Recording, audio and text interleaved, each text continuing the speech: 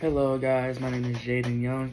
I am a college football player. I am also at ACC for the semester, and I'm doing public speaking at the moment. So I've decided to do my second speech on the evolution of football, like the defensive evolution, because I'm a defensive player. So I just want to also say that um, me being a defensive player, I know what I'm talking about, and I hope I can teach you guys some new, cooler things about it.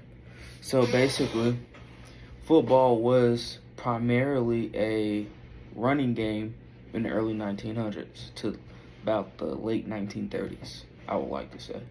It wasn't a throw the ball, touchdown type of situation.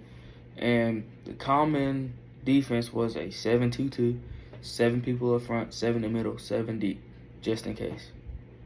And the 7-2-2 defense was also designed to plug gaps. You have gaps in football, A, B, C, D, E gaps. So basically, instead of having 1 or 2 people, let's say, they would have 7 people to just run at everybody. Because it's not like they were throwing the ball, the forward pass wasn't introduced at this moment. So they're just running it up the middle, sides, left, right, up, down, everything, right? And with the forward pass, or just now as we know, the pass being invented, it just challenged all these defensive fronts and setups that they already had. So that pushes us now to about the 1950s and 60s, where the rise of passing offenses started, like Joe Montana and the Dolphins. The flea flicker is a pass. It's not a run. Most people be like, oh, Don Shula and all of them, they were a great running team. They were a great passing team. They would have a receiver motion back, give it to him. That is a run, but it's also a pass because the quarterback passed it.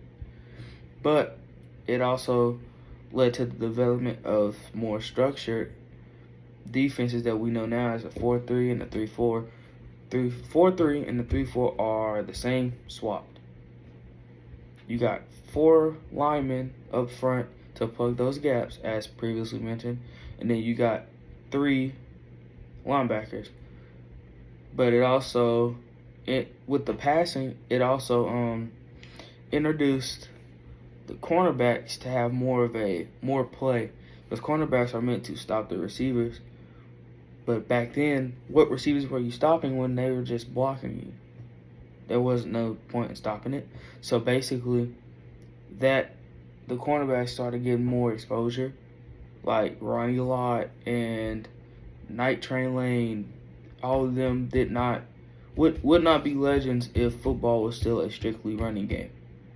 They were known for interceptions, not big tackles and all that stuff. So basically now, if we jump a little bit forward to about the 90s, let's say 90s nowadays, kind of whichever one you want to really say, the defenses now are complex. You got zone blitzes, disguise coverages, hybrid schemes, just to confuse your offense.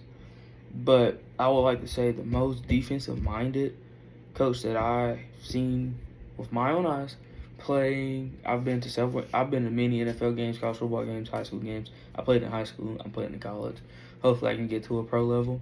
But Bill Belichick was the smartest, I'd like to say. And if you read this book, it's called The Art of Smart Defense. It's actually it's a book, and it's like a web page you can read on it.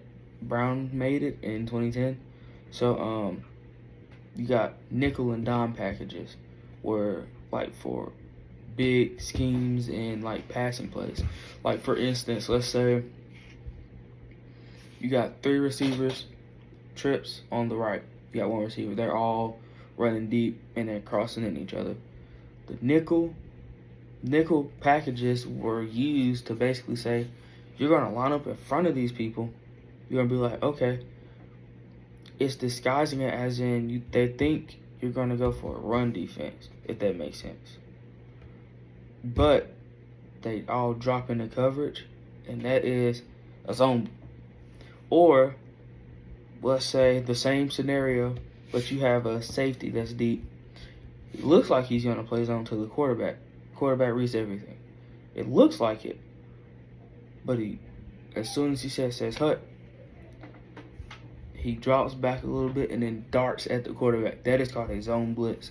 Disguise coverages are like if you have your 4, your 3, and everybody else, and you got 2 linebackers just sitting there in the middle. But then as soon as the quarterback says go, they fan out to cover like a running back or a tight end. That is a disguise coverage. I really don't know a lot about hybrid schemes. I have never played under a coach with a hybrid scheme. So that's about it. That's it. I hope you enjoyed my lecture on the evolution of football and the evolution of defense in the football world. Thank you.